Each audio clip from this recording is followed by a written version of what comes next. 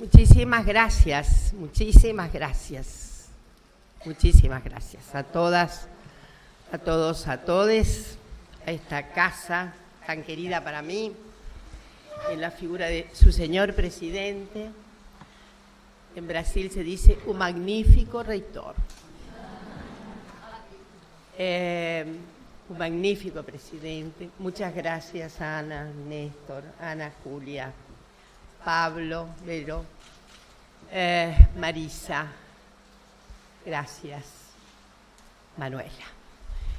Estoy muy conmovida, como verán. A mí no me va a matar el coronavirus, sino alguna afección cardíaca súbita. Menos mal que tengo médico en casa. Pero quiero decirles que me liga. Yo voy a hablar, y no voy a demorarme mucho. Mi propósito es, en fin, enhebrar algunas ideas y transmitir algo que tiene bastante obviedad, pero que, bueno, dada la ocasión, me pareció que los tópicos eran los que correspondían: patriarcado, conocimiento y universidad. Pero lo que les quería decir es un ex ante.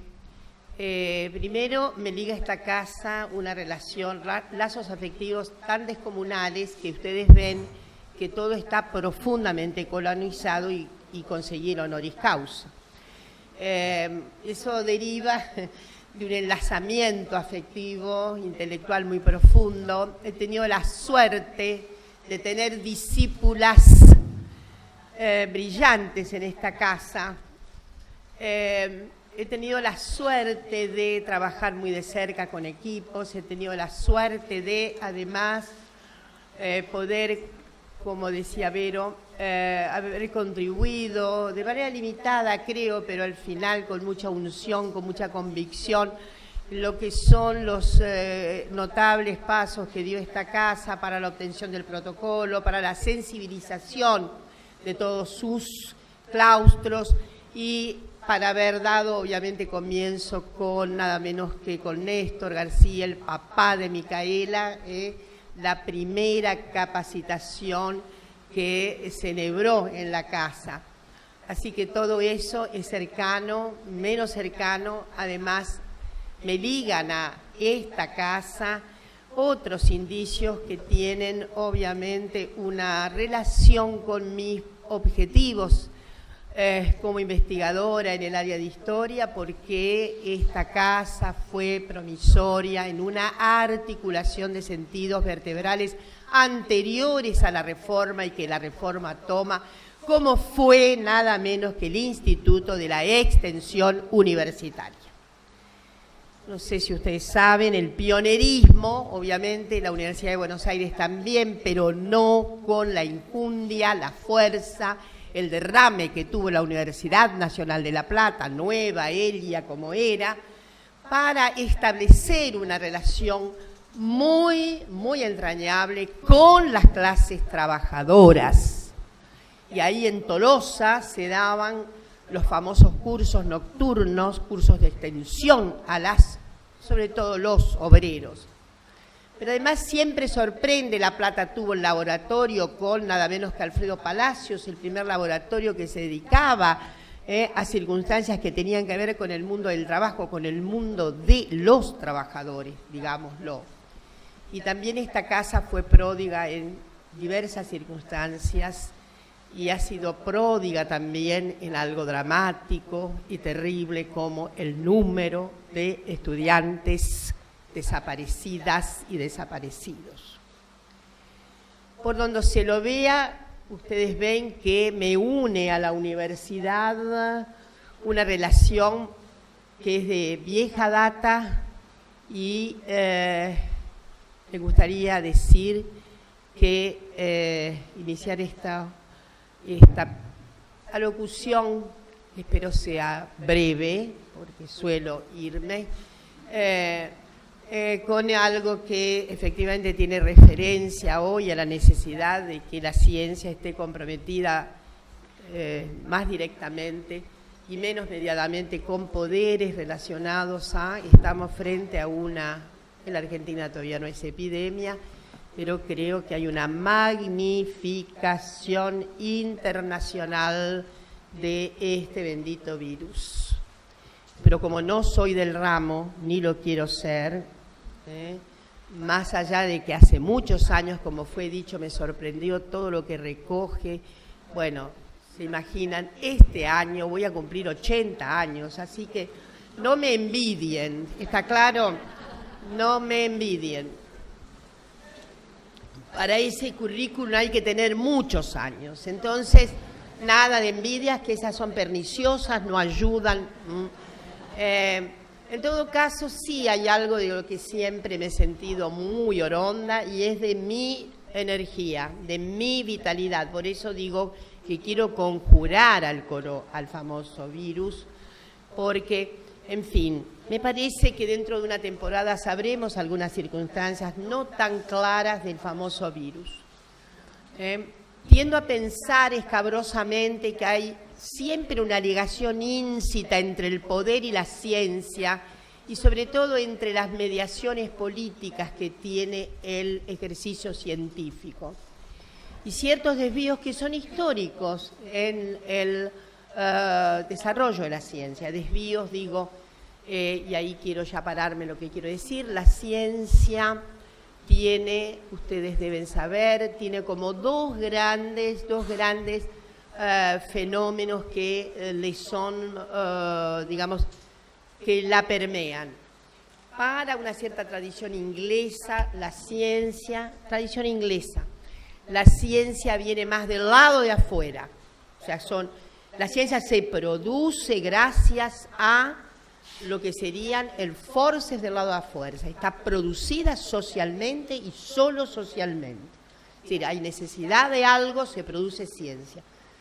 La ciencia puede inventar necesidades, tal es el territorio habitado por la ciencia desde que sobre todo tenemos régimen de producción capitalista. Entonces hay una cierta epistemología de la ciencia que sitúa el motor de la ciencia desde afuera de la ciencia. O sea, la ciencia solo se produce como una manifestación social que proviene del forces de afuera.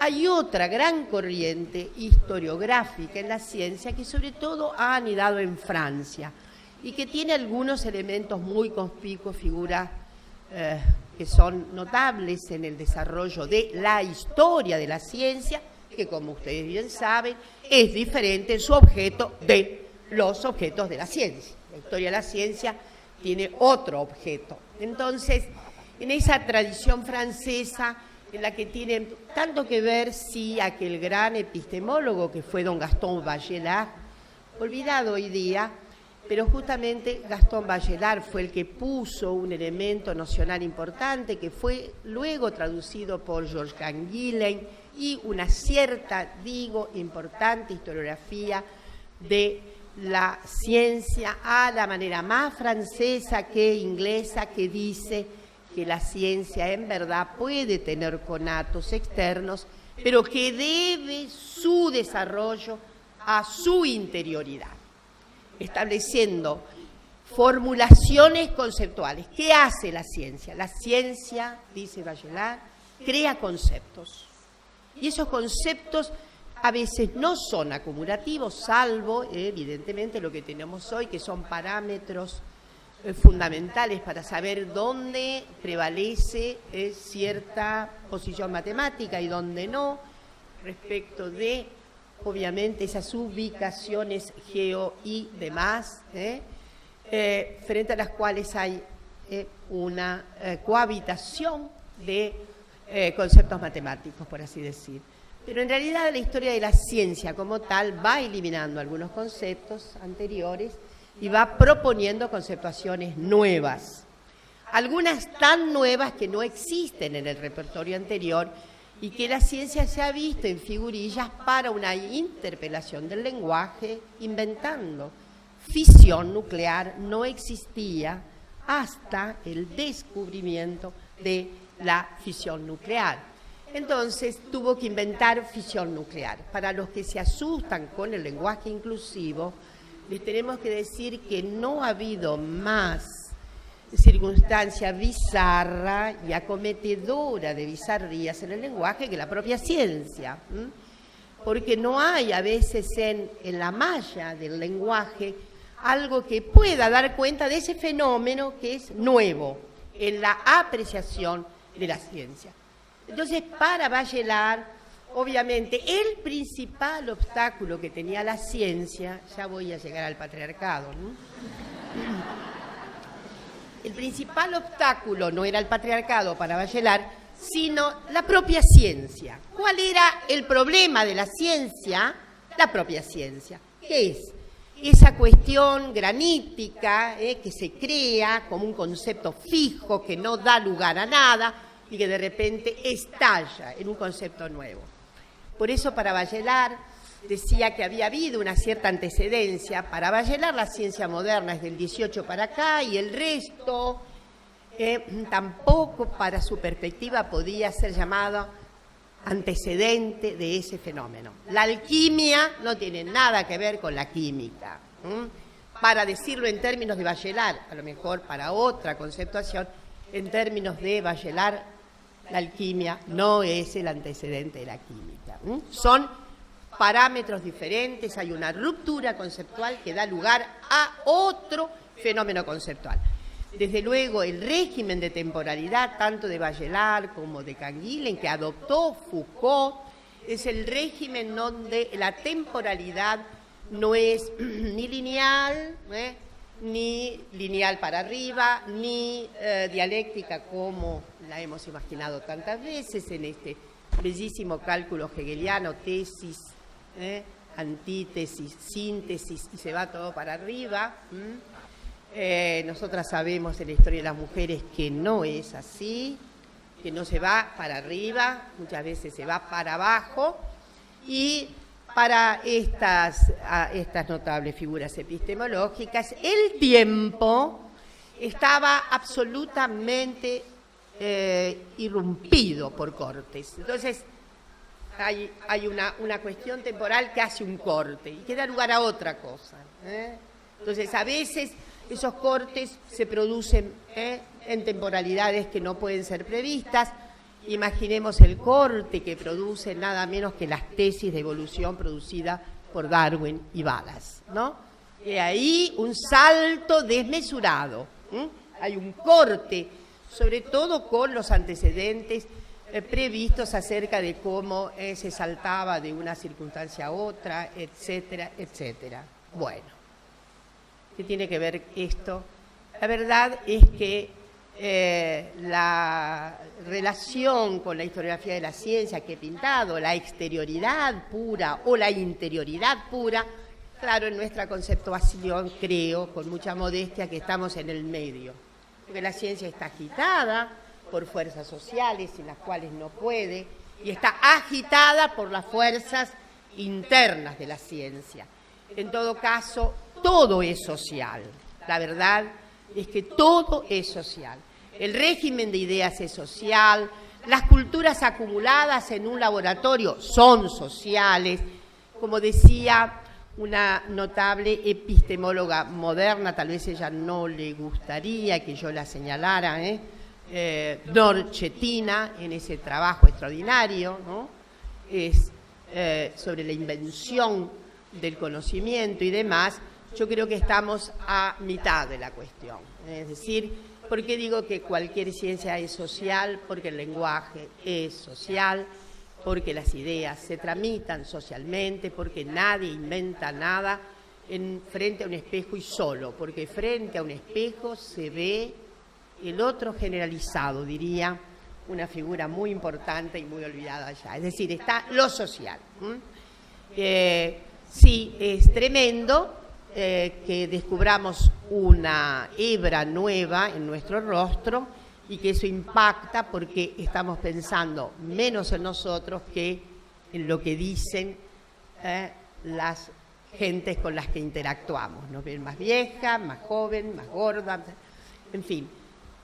Somos el otro generalizado en alguna medida. Eso es de Mead, una figura muy ponderada que aquí que hay muchos psicólogos, sabe muy bien de qué se trata. En fin, Pero vamos, estas historias de la historiografía de la ciencia que he comentado rápidamente, sin embargo, no hacían lugar a una circunstancia que está en la base de nuestras conceptuaciones feministas.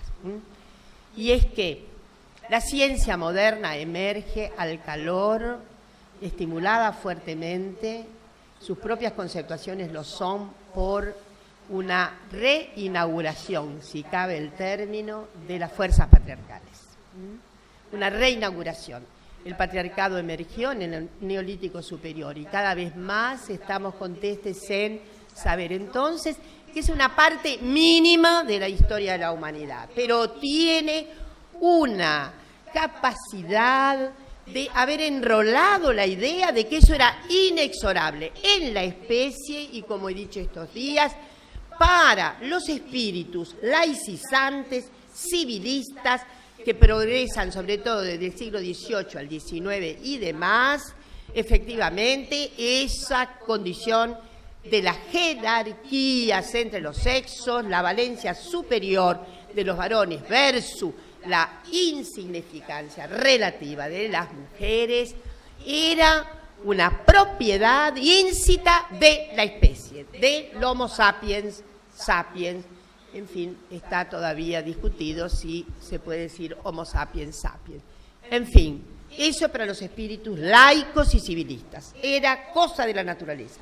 Para los espíritus igualmente reaccionarios, pero no civilistas, sino que confesionales, aquellos espíritus fijados en la idea de la trascendencia y demás, era el orden divino el que había determinado la relación, obviamente, jerarquizada en la especie humana de varones y mujeres. Cualquiera sea el retablo, estas mitologías produjeron sentidos extraordinarios, obviamente, en el desarrollo científico que se motorizó desde el siglo XVIII al XIX, que en ese punto yo creo que hay que darle la razón a Bachelard. Los antecedentes son otra cuestión.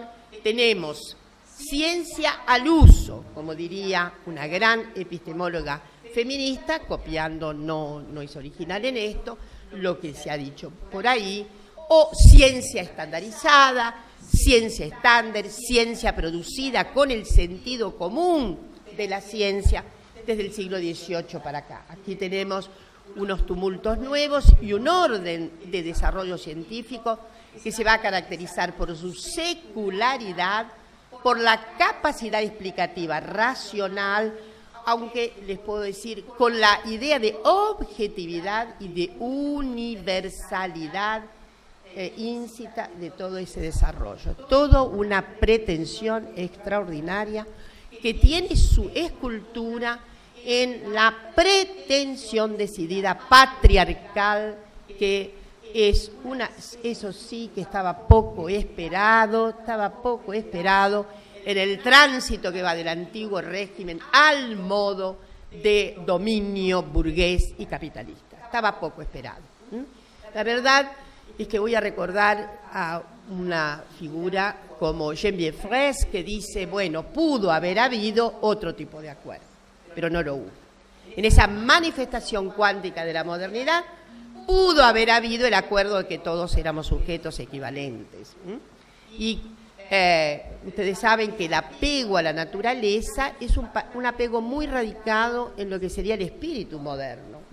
El espíritu, a menudo se piensa en que algo subsiste por orden natural, que es la manera, digo, de tránsito feliz que tiene el espíritu laicizado, desacramentizado, perdón por el neologismo.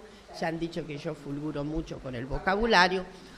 Y en fin, entonces, lo que quiero decir es que a menudo la ciencia evoca una circunstancia imperativa de la naturaleza que existe, obviamente, a la que se domina a través de un descubrimiento. Pero es un descubrimiento que está en la naturaleza, fíjense ustedes.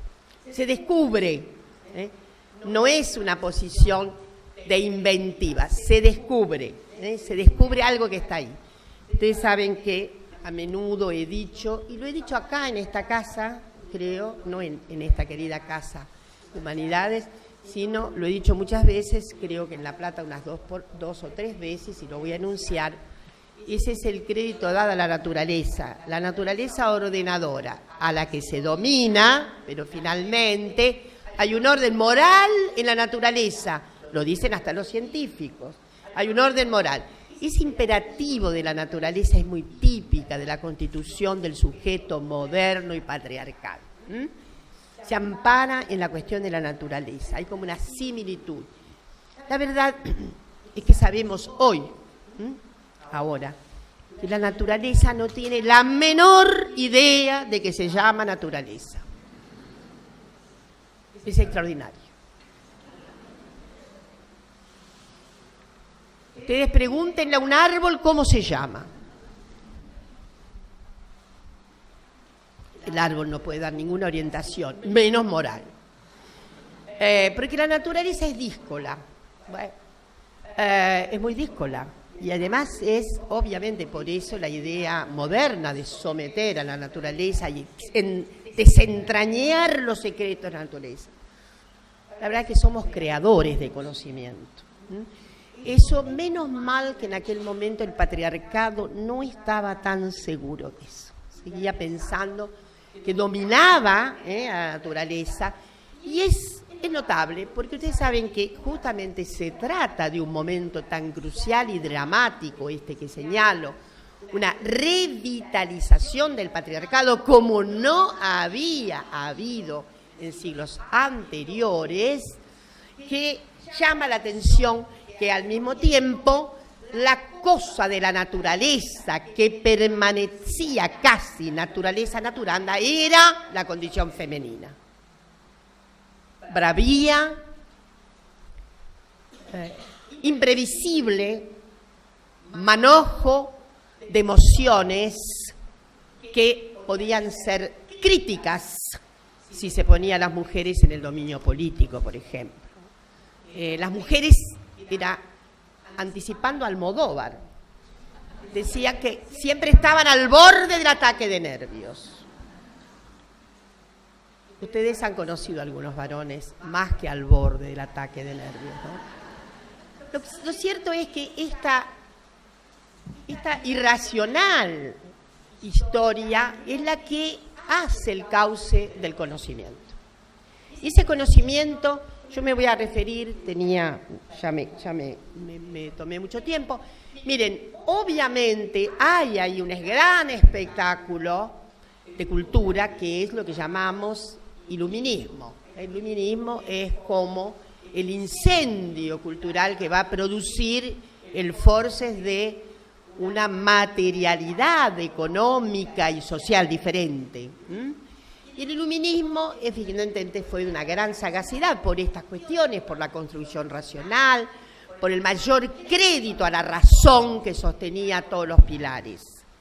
Y todos los pilares, y que había que conectar básicamente la idea de dominio imperativo de las emociones. Las emociones, por eso las mujeres tenían que estar fuera de la ciencia, fuera del dominio político, fuera de algo que atribuyera una colonización desmedida, enloquecida y desviadora del propósito científico de buscar la objetividad y demás. Ese fue el tránsito de la ciencia. Ahora, a menudo sí hemos creído que la ciencia exoneró en sus aspectos de ciencias, todavía se siguen llamando, acá hay mucho decano presente, que tiene equivalencia con ese dominio que en el siglo XIX se llamó ciencias exactas y naturales, que se sigue llamando así, ciencias exactas y naturales. Obviamente el objeto de las naturales es un objeto natural, pero es un objeto completamente cultivado culturalmente. Como todos sabemos, en un laboratorio de biología molecular no se puede admitir una rata callejera, a menos que se estudie cómo es el comportamiento de las ratas esas sin pédrigue. Ustedes sabían que la biología molecular trabaja sobre unos bichitos, generalmente blancos, caros, menos mal que ahora parece que los reproducimos acá, muy cultivados, que son donde se hacen los experimentos. Miren si las ratas callejeras van a hacerse los estudios hoy sofisticados de biología molecular.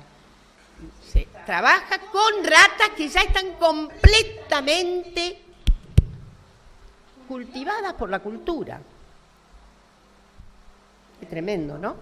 Pero por eso yo, cuando estuve directora del CONICET, que aprendí muchas cosas, aprendí que lo más importante que había en la vida de un laboratorio dedicado a biología molecular, que es como regente hoy día, la biología molecular arrastra a todo el saber científico, porque posicionalmente los factores de impacto en las revistas se miden a propósito de la relativa comparación ¿con quién?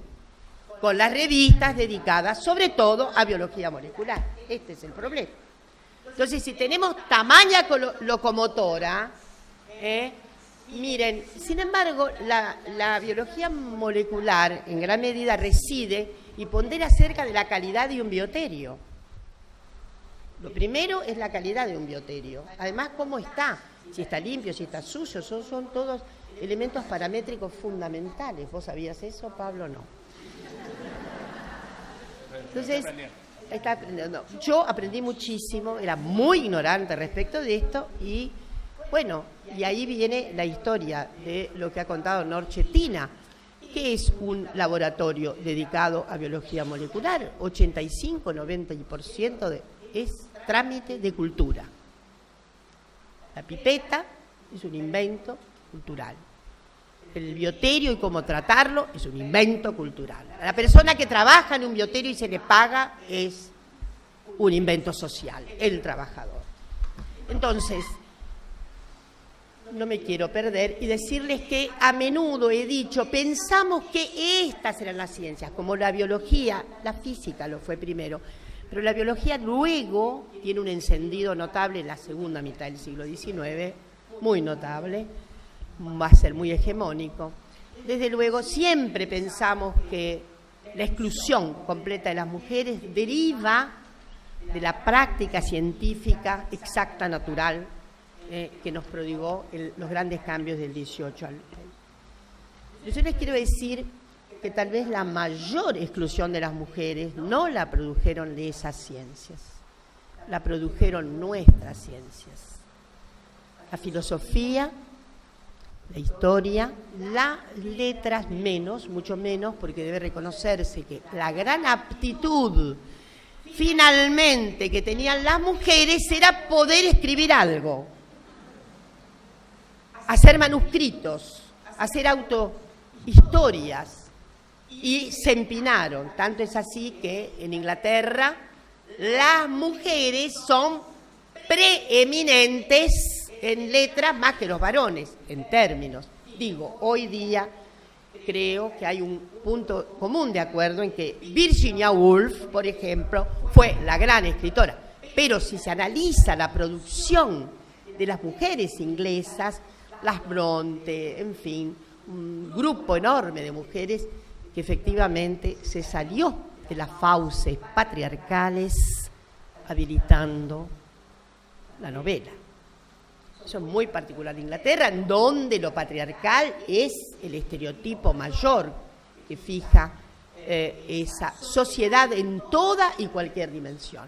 Entonces, pero la historia es una emergente, obviamente, que le da sentido histórico, de temporalidad y de fijación de su ratio, de su razón, al Estado moderno.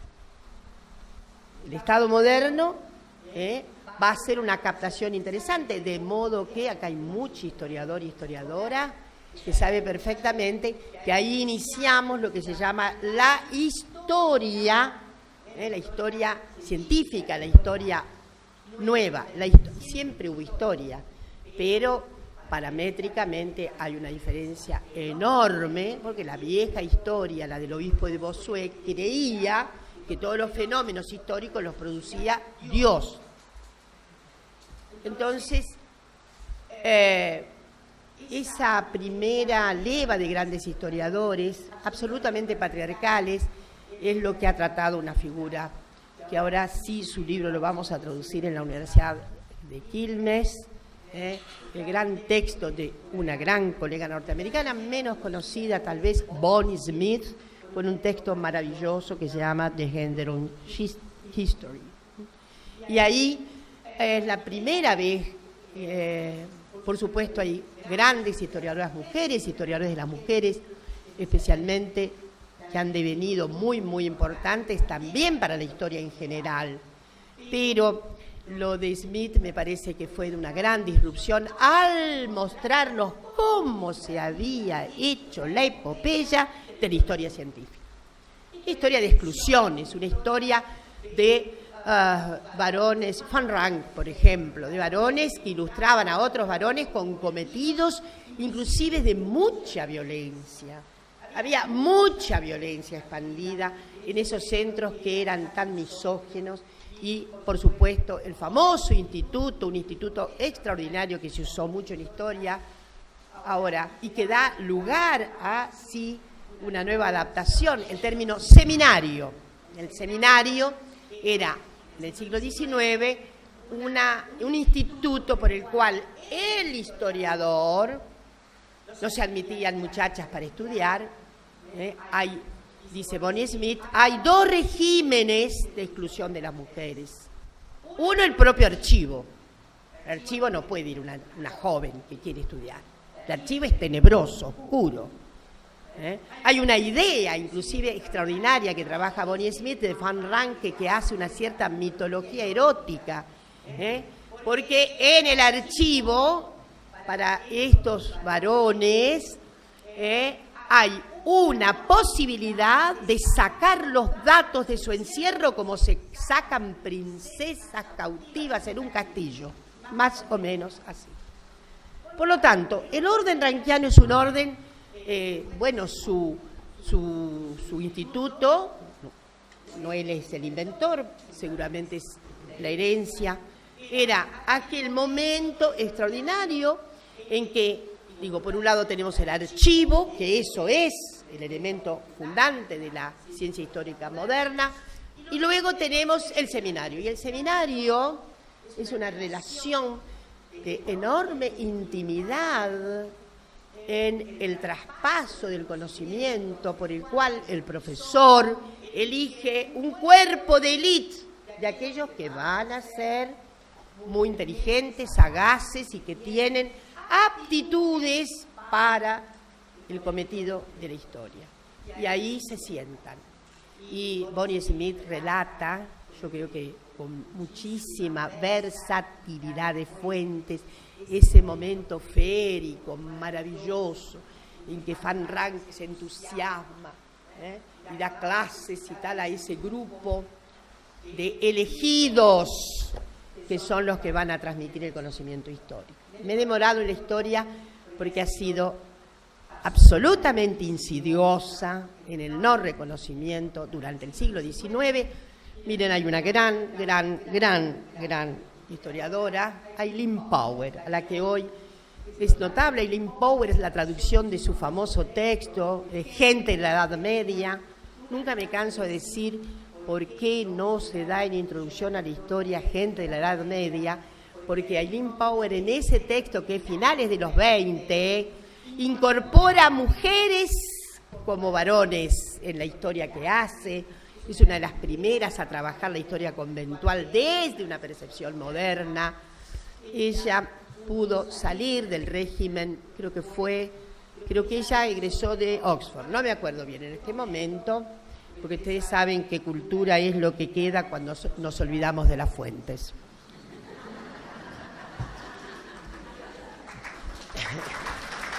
Entonces, la verdad es que creo que ella fue Oxford. No les daban titulación definitiva a las muchachas. Oxford y Cambridge inauguraron la admisión de muchachas entre 1868 y 1870, con problemas enormes. con disgustos tremendos para la comunidad masculina. Entonces, y este sistema tan extraordinario solo tituló así de manera, digamos, universal a quienes habían egresado con el degree final a muy pocas mujeres, excepcionales. Los títulos definitivos fueron dados a partir de masivos, ¿no? A quienes cursaban. 1948. Entonces, tenemos un conocimiento proteico patriarcal.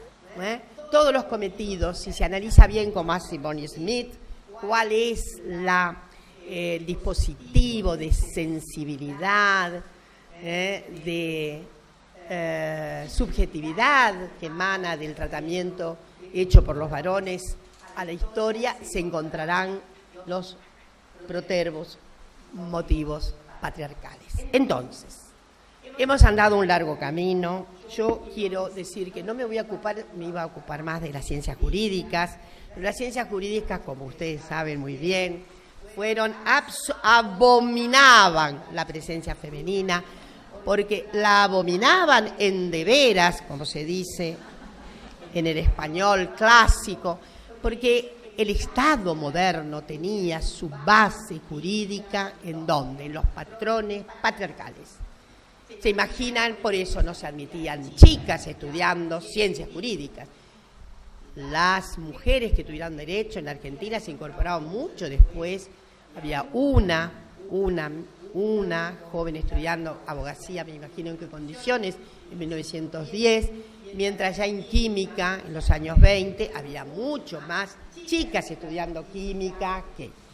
Yo voy a recordar lo que dice la gran Catherine Mackinnon, ¿no? En ese célebre texto hacia una teoría feminista del Estado, que deberían leer, obviamente, todes. Dice, el Estado es masculino desde el punto de vista de la jurisprudencia. Y esto significa que adopta el punto de vista del poder masculino en la relación entre la ley y la sociedad. Esta postura es especialmente patente en la decisión constitucional, que se considera legítima en la medida en que es neutra en cuanto al contenido político de la legislación. El fundamento de esa neutralidad es el supuesto generalizado de que las condiciones que incumben a los hombres por razón del género son de aplicación también a las mujeres. Es decir, es el supuesto de que en la realidad no existe en la sociedad desigualdad entre los sexos. Voilà. Eso es el Estado moderno, ¿no? Consistente en la neutralidad, que sabemos que es una apreciación definitiva sobre el valor de lo masculino. Bueno, hemos hecho un largo camino, creo que estamos, de todas maneras, el último punto es la universidad. El conocimiento ha ido cambiando, se ha ido adecuando. Nosotros tenemos hoy biólogas feministas muy importantes. Tenemos necesidad de que la biología haga una adecuación para admitir lo cultural. Porque al final, ¿qué somos esta especie que somos, que sigue? Todas las especies siguen en evolución. Les doy una pésima noticia. Seguimos en evolución. Vaya a saber qué dientes nuevos tenemos o qué se nos afloja en el orden fisiológico. Lo que quiero decir es que la fijación obviamente ortodoxa de la nomenclatura varón y hombre es el espectáculo más cerrado de la ciencia biológica y de sus consecuentes, aunque se hayan independizado, como la ciencia médica. La ciencia médica, si ustedes analizan los textos viejos de la medicina, encontrarán que las mujeres aparecen en el aparato reproductor. En el resto hay una posición que se supone que incluye a las mujeres. Pero esos textos, desde luego, hacen, no voy a decir tonterías, ya la medicina moderna ha hecho, obviamente, una indicación respecto de la apreciación nosológica en materia de varones, mujeres, etcétera. Y hoy hay cambios notables. Ustedes saben que hay hoy una medicina generizada, muy biológica para mi gusto, pero que tiene alguna raigambre. respecto de las enfermedades del corazón, cómo se manifiestan diferencialmente en varones y mujeres, cómo las mujeres en realidad parece que ocultamos los problemas de corazón, etcétera, porque los ocultamos, digo, porque hay una migración semiológica y demás. Eso debe ser reapreciado, pero en fin, lo que yo quiero decir de todos modos que sí, la biología tiene necesidad de saber que tiene evidentemente que su consistencia abona mucho las fuerzas de la formación de la cultura. ¿Qué comemos? ¿Cómo engordamos? ¿Cómo producen, obviamente, efectos en lo que es nuestro aparato bio? Pero viene de afuera, no viene de adentro. Cuando un médico hace anamnesis, ¿qué pregunta? ¿Usted come? ¿Cómo come? ¿A qué hora come? Come, pero usted está comiendo mucha grasa. No le pregunta a una tripa cómo se da con el riñón. Hace una anamnesis sobre aspectos que tienen que ver ¿con qué? Con nuestro trámite sociocultural. Come mucho chocolate, no cuento. Hace poco, o hace mucho, me encontré discutiendo, porque al final una es una cocorita,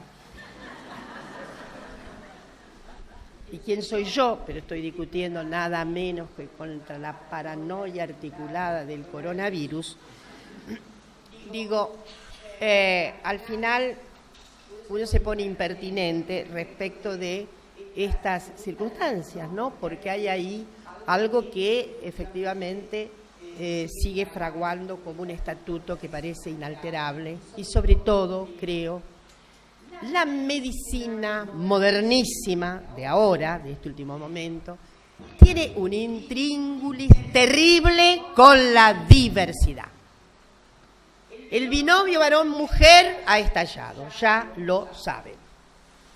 Y esos productos del arco de la sociosexualidad abruman sobre toda la medicina. Estoy segura, no saben qué hacer.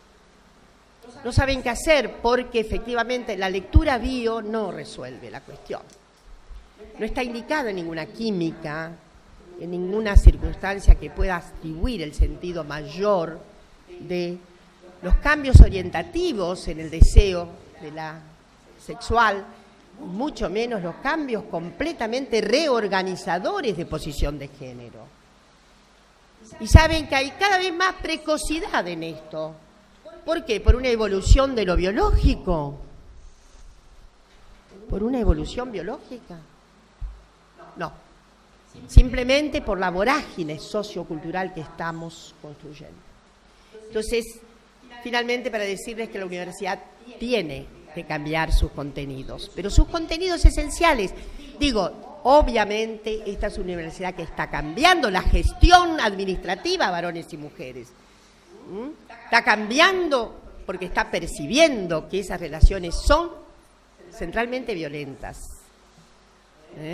Ese fue el gran aprendizaje del famoso feminismo de la segunda ola. Es un feminismo que no me canso de decir, porque a veces tenemos que dar una síntesis. ¿Qué fue ese feminismo renacido en la segunda ola?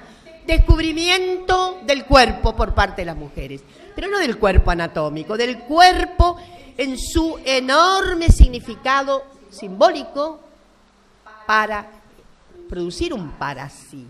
Darse cuenta de que estábamos afectadas por violencias de todo orden. Y entonces hubo una vibración nueva con nuestros cuerpos y nuestros deseos.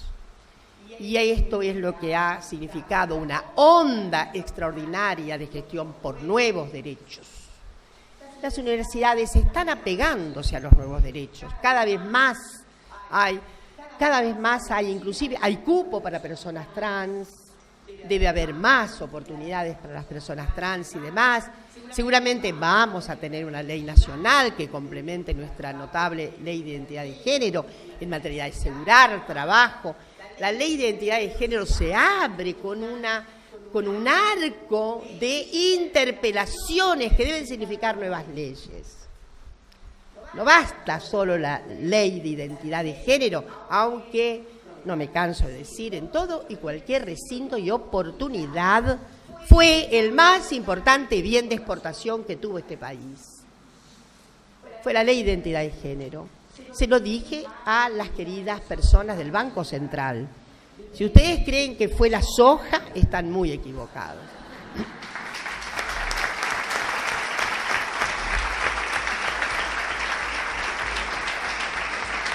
¿Y saben por qué lo digo?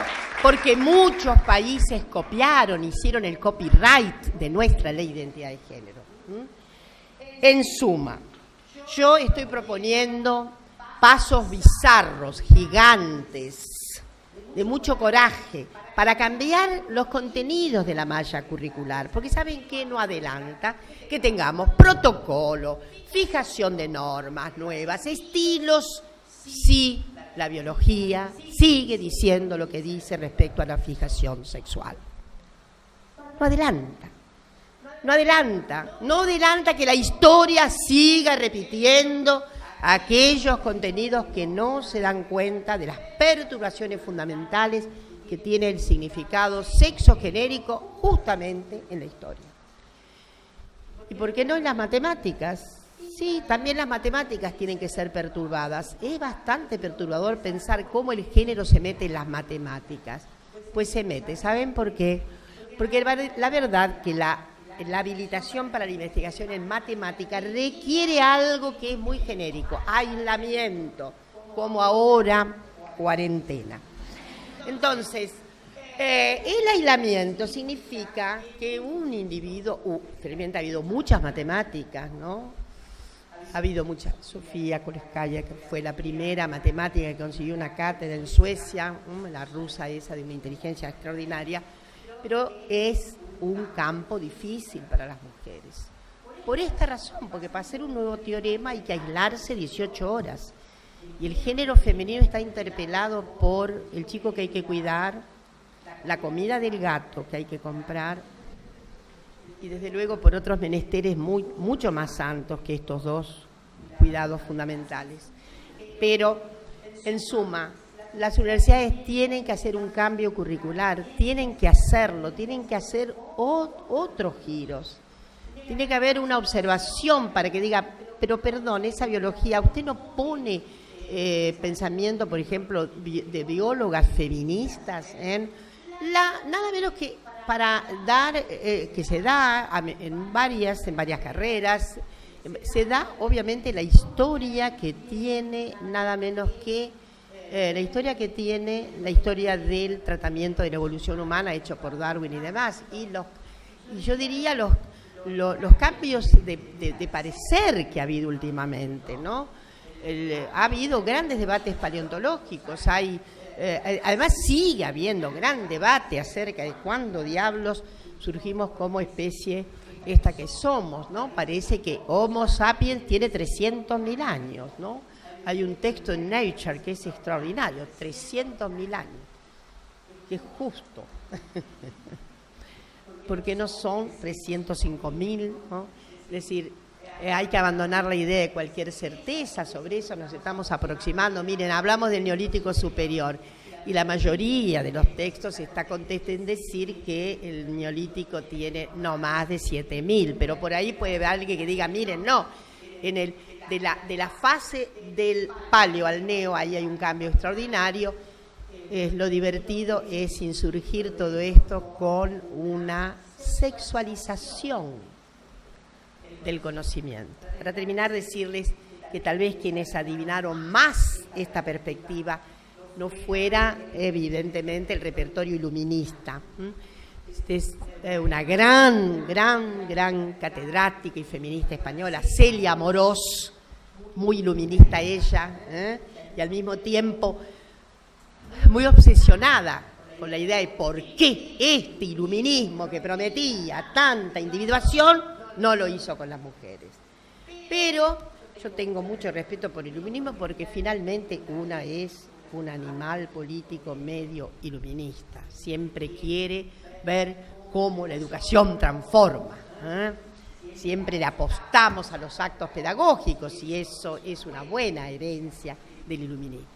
Pero me gustaría hacer un homenaje a que hubo algunos atajos y tal vez la conceptuación romántica fue la que más le acertó. El romanticismo fue el que más produjo algunos incendios respecto de Michelet, por ejemplo, el gran historiador, se daba cuenta, había unas, metáforas para tratar lo que había pasado con la historia y demás, y hablaba de un toro, y qué sé yo, pero él fue uno de los primeros que se acordó grandemente de las mujeres.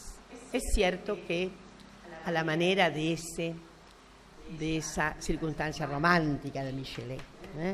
Entonces, si bien ustedes saben que las tesis románticas son anti la mera racionalidad iluminista.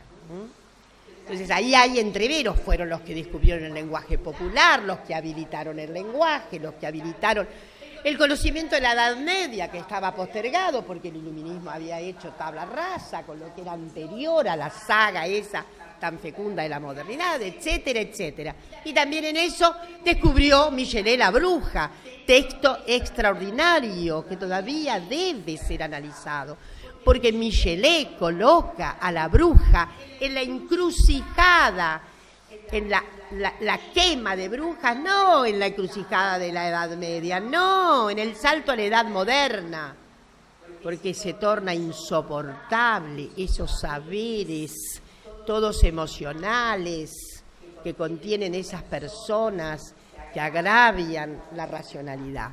Por eso queman brujas en el siglo XVII, mucho más que en el siglo XIV, mucho más. Entonces, el descubrimiento de la bruja le hace decir a Michelet algo notable.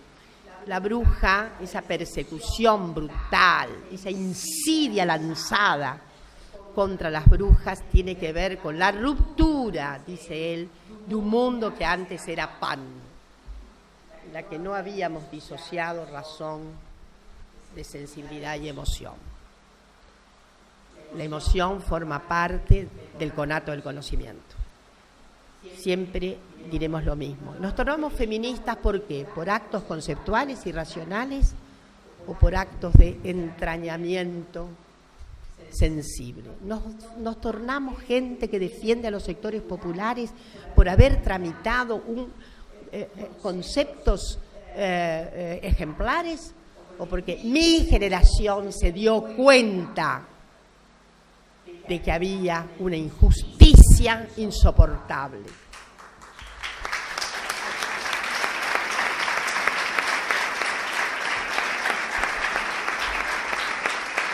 Por eso nos hicimos militantes de causas que significaron, estoy hablando en una casa, digo, en que perdió tantos estudiantes por el reverbero de sentimientos y sí de conocimiento a propósito de la injusticia en la humanidad.